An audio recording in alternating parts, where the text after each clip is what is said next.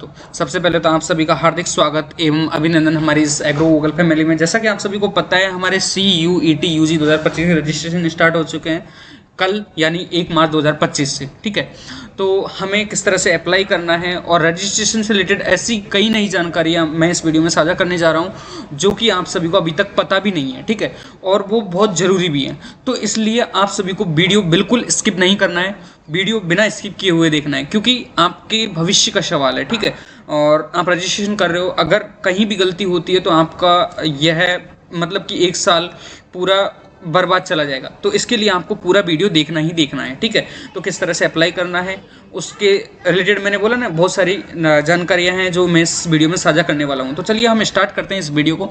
सबसे पहले हम क्रोम ब्राउजर पर आते हैं। क्रोम ब्राउजर पर हम सबसे पहले क्या करते हैं, CUET UG 2025 सर्च करते हैं। ठीक है, उसके सर्च बार में जाकर क्या सर्च करते हैं, CUET UG 2025 रजिस्ट्रेशन। तो हम इसे सर्च करते हैं, तो उसके बाद में हमारे पास में ऐसा इंटरफेस खुलकर सामने आता है और उसमें हमारे एक साइट दी हुई है, common university entrance test UG 2025। ठीक है, तो हम इस पर क्लिक करते हैं। इस पर क्लिक करने के बाद में हमारे सामने ऐसा इंटरफेस खुलकर सामने आता है।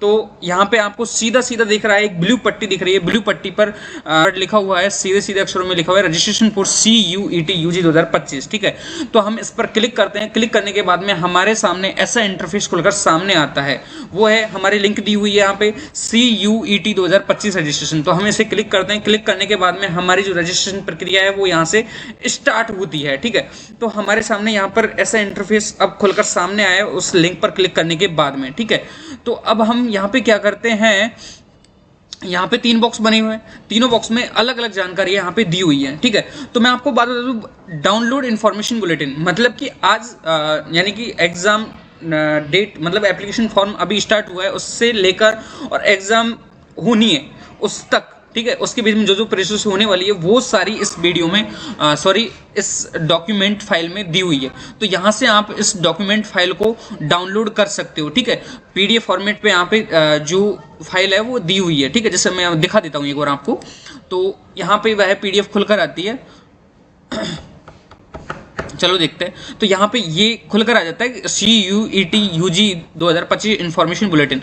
तो यहाँ से आपको यह PDF डाउनलोड करना है। डाउनलोड करने के बाद में आपको इस तरह का क्या नाम से है पेज खुलकर सामने आता है, PDF खुलकर सामने आती है। उसमें सभी तरह की जो इन्फॉर्मेशन है CUET UG 2025 से रिलेटेड वो इन्फॉर्मेशन आपको यहाँ मिल जाती है। ठीक है, तो यह मेरा मानना है कि यह वाली PDF सभी ICAR एस्पिरेंट्स को देखनी चाहिए, मतलब कि CUET एस्पिरेंट्स को देखनी चाहिए।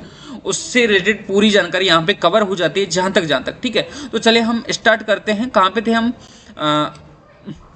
यहाँ पे हमने रजिस्ट्रेशन किया। रजिस्ट्रेशन करने के बाद हमारे पास में 3 बॉक्स आ रहे थे। ठीक है, तीनों बॉक्स में मैंने आपको बताया डाउनलोड इन्फॉर्मेशन बुलेटिन, वो डाउनलोड करके बता दिया है मैंने। ठीक है, PDF फॉर्मेट में वहाँ पे आ भी गया है, तो वहाँ पे सारी जानकारी किसके बारे में दी हुई है वो भी यहाँ पे मैंने बता दिया है। ठीक है, तो अब हम स्टार्ट करते हैं। न्यू रजिस्ट्रेशन और लॉगिन, ये 2 बॉक्स हैं, इनके बारे में आपको पता होना बहुत जरूरी है। तो यहाँ पे आपको न्यू रजिस्ट्रेशन, ठीक है, न्यू रजिस्ट्रेशन, ऐसा कोई विद्यार्थी जो इस साइट पर अभी तक उसने रजिस्ट्रेशन नहीं किया है तो वो न्यू रजिस्ट्रेशन करेगा, और ऐसा कोई विद्यार्थी जिसने ऑलरेडी रजिस्ट्रेशन कर दिया है तो उसको डायरेक्ट क्या करना है, लॉगिन करना है। यानी कि कई विद्यार्थियों को उतावलापन रहता है, कईयों ने कल ही रजिस्ट्रेशन कर दिया होगा और उन विद्यार्थियों को अब यहाँ पे वो रजिस्ट्रेशन कर रहे होंगे तो यहाँ पे उनका रजिस्ट्रेशन नहीं हो पा रहा होगा, तो उनको डायरेक्ट क्या करना है, अपने ID और पासवर्ड के थ्रू डायरेक्ट लॉगिन करना है। ठीक है, तो अब हम यहाँ पे स्टार्ट करते हैं जिन विद्यार्थियों ने बिल्कुल भी अभी तक इस साइट पर जाकर नहीं देखा है उनके लिए। ठीक है, तो आप यहाँ पर सबसे पहले क्या करेंगे कि न्यू रजिस्ट्रेशन पर क्लिक करते हैं। क्लिक करने के बाद में हमारे सामने ऐसा इंटरफेस खुलकर सामने आता है। ठीक है, तो यहाँ पे थोड़ी सी इन्फॉर्मेशन मैं आपको मोटी तौर पर बता देता हूँ, जैसे एग्जामिनेशन शुल्क के बारे में। ठीक है, एग्जामिनेशन फी के बारे में। तो यहाँ पे जनरल कैटेगरी की जो विद्यार्थी हैं उनके लिए जो फीस रहने वाली है 3 सब्जेक्ट की, वो रहने वाली है 1000। अगर विद्यार्थी यहाँ पे क्या है, टोटल 5 सब्जेक्ट चुन सकता है। ठीक है, तो यहाँ पे अगर एक सब्जेक्ट एक्स्ट्रा चुनता है या 2 सब्जेक्ट एक्स्ट्रा चुनता है तो उसको प्लस 400 रुपये एक्स्ट्रा देने होंगे। मतलब एक सब्जेक्ट चुनने पर 400 रुपये एक्स्ट्रा देने होंगे। अगर 2 चुनता है तो उसको 800 देने होंगे जनरल कैटेगरी वाले को। ठीक है, यहाँ पे ऐसे ही SC ST PWBD third gender के लिए 800 रुपये 3 सब्जेक्ट के लिए फी रखी गई है। ठीक है, और पर एडिशनल सब्जेक्ट के लिए 350 रुपये रखा गया है। तो यहाँ पे आप 2 सब्जेक्ट चुनते हो तो 350 प्लस मतलब कि 600-700 रुपये यहाँ पे आपको एक्स्ट्रा पे करने होते हैं। टोटली आपको यहाँ पे 8-7-14 मतलब कि 1400 रुपये यहाँ पे आपको पे करने होंगे अगर आप 5 सब्जेक्ट चुनते हो तो, ठीक है। तो चलिए हम अब आगे चलते हैं, अपन रजिस्ट्रेशन पे बात कर रहे थे, ठीक है। तो ये सारे इंस्ट्रक्शन है एग्जाम फॉर्म फिल करने से रिलेटेड, तो आप इन्हें जरूर पढ़िएगा। मैंने ऑलरेडी पढ़ लिया है तो आप इन्हें जरूर पढ़िएगा एक बार फॉर्म फिल करने से पहले, ठीक है। तो हम यहाँ पे डायरेक्ट इसको राइट करते हैं, राइट करने के बाद में क्लिक जो रजिस्ट्रेशन करने का फॉर्म है वो यहाँ पे खुलकर आता है, ठीक है। तो यहाँ पे सबसे पहले हमें क्या करना होता है, अभ्यर्थी का नाम, जैसे मेरा नाम है अजय कुमार, ठीक है। यहाँ पे अजय कुमार नेम आप लिखोगे, ठीक है, AJAY, ठीक है। तो यहाँ पे ऐसे नाम लिखा, उसके बाद में पिताजी का नाम लिखा, उसके बाद में माताजी का नाम लिखना है, उसके बाद में जन्म तिथि। मैं आपको यहाँ पे बात बता दूं कि आपको DOB ये सारा जो पता है आपको 10th वाली मार्कशीट से रिलेटेड होना चाहिए, ठीक है। जो 10th की मार्कशीट में दिया हुआ है वही सारा का सारा same to same A to Z ऐसे कैसे फिल करना है, ठीक है। और जो कोई गलती भी नहीं होनी चाहिए, ये बात ध्यान रखना, कोई गलती नहीं होनी चाहिए। फिर उसके बाद में आप तो ध्यान रहे आपको जन्म तिथि वही लिखनी है जो 10th की मार्कशीट में है, जो, ठीक है व्यक्तिगत विवरण पुष्टि मतलब कंफर्म पर्सनल डिटेल्स, डायरेक्ट दोबारा वही सेम के सेम एज इट इज आपको ये है जो पहले पता फिल किया था, माता पिता का नाम, खुद का नाम, तो वो सारा का सारा फिर से आपको फिल करना है यहाँ पे। फिर आता है हमारा प्रेजेंट एड्रेस। प्रेजेंट एड्रेस में आपको फिलहाल में जैसे कि आपका आधार कार्ड है, आधार कार्ड को लीजिए और उसमें जो इन्फॉर्मेशन ऑलरेडी है उसको एज इट इज इसमें फिल करना है जिससे आपका पता है। और अब नेक्स्ट हमारे सामने आता है इलेक्ट्रॉनिक कम्युनिकेशन डिटेल्स, ठीक है, एड्रेस। तो यहाँ पे हमारे सबसे पहले ईमेल एड्रेस का ऑप्शन सामने आ रहा है। तो यहाँ पे ईमेल एड्रेस में आपको क्या करना है, वही ईमेल एड्रेस आपके पास में होनी चाहिए जो आप काउंसलिंग के समय दोगे, ठीक है। अब अभी से मतलब कि जो ऐसा नहीं है कि हमने पापा की लगा दी, मम्मी की लगा दी, चाचा की लगा दी, ताऊ की लगा दी, इनके डिटेल से काम नहीं चलने वाला, इनकी ईमेल से काम नहीं चलने वाला है। वो आपके पास में परमानेंटली होनी चाहिए, वही नंबर आपके पास में वही होने चाहिए जो आपके पास में लास्ट तक रहने वाले हैं, हमारी काउंसलिंग प्रोसेस तक रहने वाले हैं, ठीक है। जब तक आप कॉलेज में पहुंच नहीं जाते तब तक आपके पास में वही ईमेल वही मोबाइल नंबर होना ही होना चाहिए। नेक्स्ट हम बात करते हैं, नेक्स्ट आता है हमारे सामने सेम एज प्रेजेंट एड्रेस। तो यहाँ पे आप क्लिक करोगे, क्लिक करने के बाद में इसमें दोबारा से वही ऊपर जो वो था सारा डिटेल फिल किया था हमने, वो एज इट इज सेम के सेम यहाँ पे फिल हो जाएगा, ठीक है। को अपनी पासवर्ड जनरेट करने, दोबारा से आपको वही पासवर्ड जनरेट करने, ऐसा पासवर्ड लगाए जो कि आपके पास में होना ही होना चाहिए, ठीक है।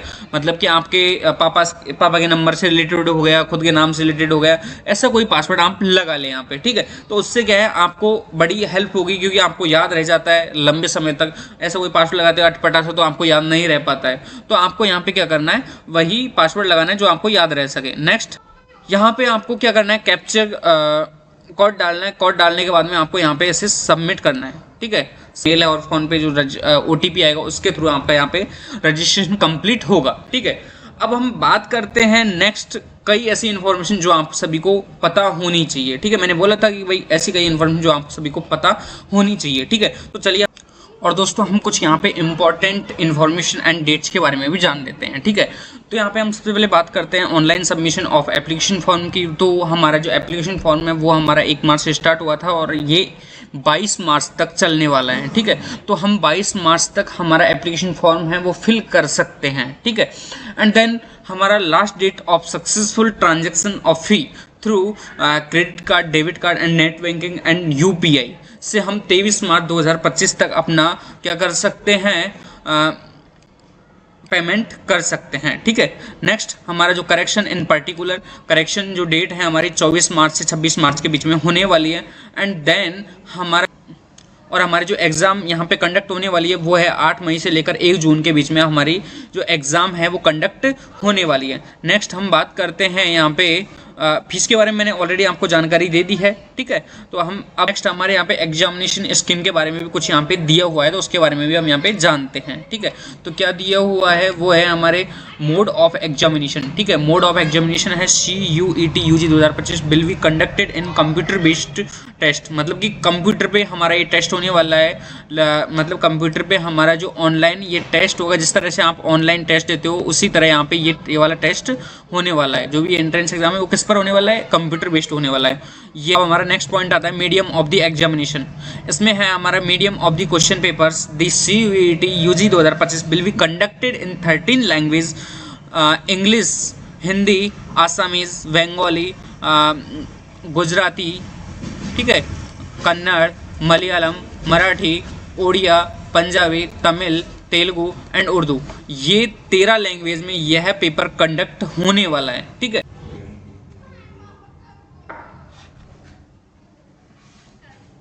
तो लास्ट में हम एक चीज़ और जान लेते हैं कि जो हमने रजिस्ट्रेशन किया है उसका डेमो जान लेते हैं, ठीक है। हमने जो एप्लीकेशन फॉर्म फिल किया था उसका हम आगे क्या क्या और प्रोसेस होने वाली है उसके बारे में हम बात करते हैं, ठीक है। तो चलिए हम नीचे इसको थोड़ा स्क्रॉल करते हैं एक बार, ठीक है। स्क्रॉल करने के बाद में हमारे सामने एक ऐसा इंटरफेस सामने आया था, ठीक है। उसमें हमने क्या किया था, रजिस्ट्रेशन कर लिया। रजिस्टर करने के बाद में अब क्या करना है, हमें वहाँ पे नेक्स्ट वाला जो ऑप्शन था लॉगिन वाला, हमने न्यू रजिस्ट्रेशन किया। रजिस्ट्रेशन करने के बाद हमने क्या किया, लॉगिन करते हैं अपने ID पासवर्ड लगाकर हम क्या करते हैं, लॉगिन करते हैं। लॉगिन करने के बाद में हमारा जो वहाँ पे रजिस्ट्रेशन किया, रजिस्ट्रेशन करने के बाद हमारे यहाँ पे ऑल डन किया हमने। ऑल डन करने के बाद में हमारे पास में हमारे सामने फिर नेक्स्ट थर्ड प्रोसेस आती है कि पर्सनल डिटेल्स फिल की थी अपन ने, ठीक है। पर्सनल सारी डिटेल फिल करने के बाद में हमने यहाँ पे कैप्चा कोड डाला और उसको सारी इन्फॉर्मेशन को यहाँ पे हमने सबमिट किया, मानते हैं। नेक्स्ट हमारा review page of the online registration, ठीक है। यहाँ पे हमारा रिव्यू दिखाता है। रिव्यू दिखाने के बाद में इसे हम क्या करते हैं, यहाँ पे सबमिट कर देते हैं और OTP आता है। उसके बाद में OTP बेस पर हमारा क्या होता है, रजिस्ट्रेशन हो जाता है। रजिस्ट्रेशन करने के बाद में जैसे यहाँ पे हमारे नंबर 9 वाली जो प्रोसेसिंग है वो है हमारा पैन कार्ड यहाँ पे सबमिट करना है, हमें अपडेट करना है, ठीक है। नेक्स्ट आता है हमारे एंटर दी अपार ID। आपको यहाँ पे अपार ID हो तो आप यहाँ पे सबमिट कर सकते हो उसे, ठीक है। नहीं हो तो कोई भी दिक्कत नहीं है। नेक्स्ट 11 वाली स्टेप जो आती है फॉर्म में वो आती है हमारे examination centre and question papers medium, मतलब आप एग्जाम सिटी कहाँ चूज करने वाले हो वो अपनी मनपसंद के अनुसार कर सकते हो, ठीक है।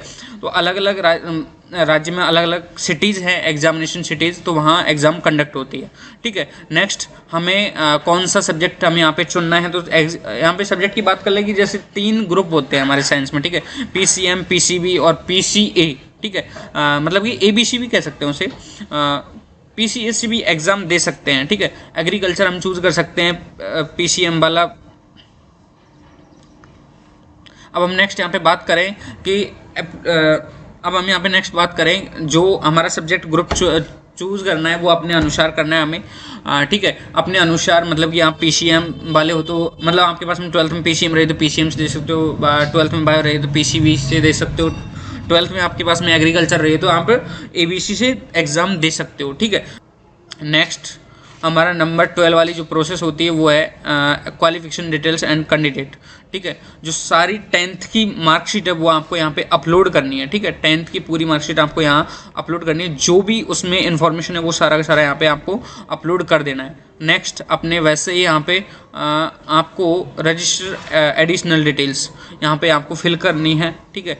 नेक्स्ट अब आता है हमारा 14 नंबर पर इमरजेंसी कॉन्टैक्ट डिटेल्स, या authentication of emergency details, number of and email. मैंने आपको पहले भी बोल रखा है, पहले 2 बार बोल चुका हूँ, वही डिटेल्स आपके पास में होनी चाहिए, मतलब कि वही चीज़ें आपके पास में होनी चाहिए। जैसे ईमेल हुआ और फ़ोन नंबर हुआ, वही होनी चाहिए जो आपके पास में and first year BSc first year में जब तक पहुंच नहीं जाते तब तक वही नंबर आपके पास में होनी चाहिए जो अब आप फिल कर रहे हो, ठीक है। क्योंकि आपके काउंसलिंग टाइम पर भी यही नंबर आपको काम आने वाला है, क्योंकि इनसे जैसे आपका सिलेक्शन हुआ, सिलेक्शन होने के बाद में जो सारी इन्फॉर्मेशन आती है एग्जाम से रिलेटेड, एडमिट कार्ड से रिलेटेड, स्कोर कार्ड से रिलेटेड, सारी इन्फॉर्मेशन आपकी ईमेल पर आती है और टेक्स्ट मैसेज पर आती है, ठीक है। तो ये बात ध्यान रखना है आपको, बार बार मैंने बोला है, बार बार मैं आपको सूचना इसके मतलब बार बार इसके लिए मैं बोल रहा हूँ, तो इसके लिए आपको बहुत बहुत ध्यान रखना है इसके लिए, ठीक है। नेक्स्ट आता है हमारे अपना फ़ोटो और हस्ताक्षर यहाँ पे अपलोड करने हैं, ठीक है। फिर हमें यहाँ पे क्या करना है, इस सारे जो क्या नाम से फॉर्म को हमें फाइनली सबमिट कर देना है, ठीक है। तो दोस्तों आई होप कि यह वीडियो आपको हेल्पफुल लगा होगा, शानदार लगा होगा, अच्छा लगा होगा। अच्छा लगा होगा तो वीडियो लाइक ज़रूर कीजिएगा एंड शेयर कीजिएगा और सब्सक्राइब जरूर कीजिएगा, ठीक है। तो अब मिलते हैं नई वीडियो में नई जानकारी के साथ में, तब तक के लिए धन्यवाद।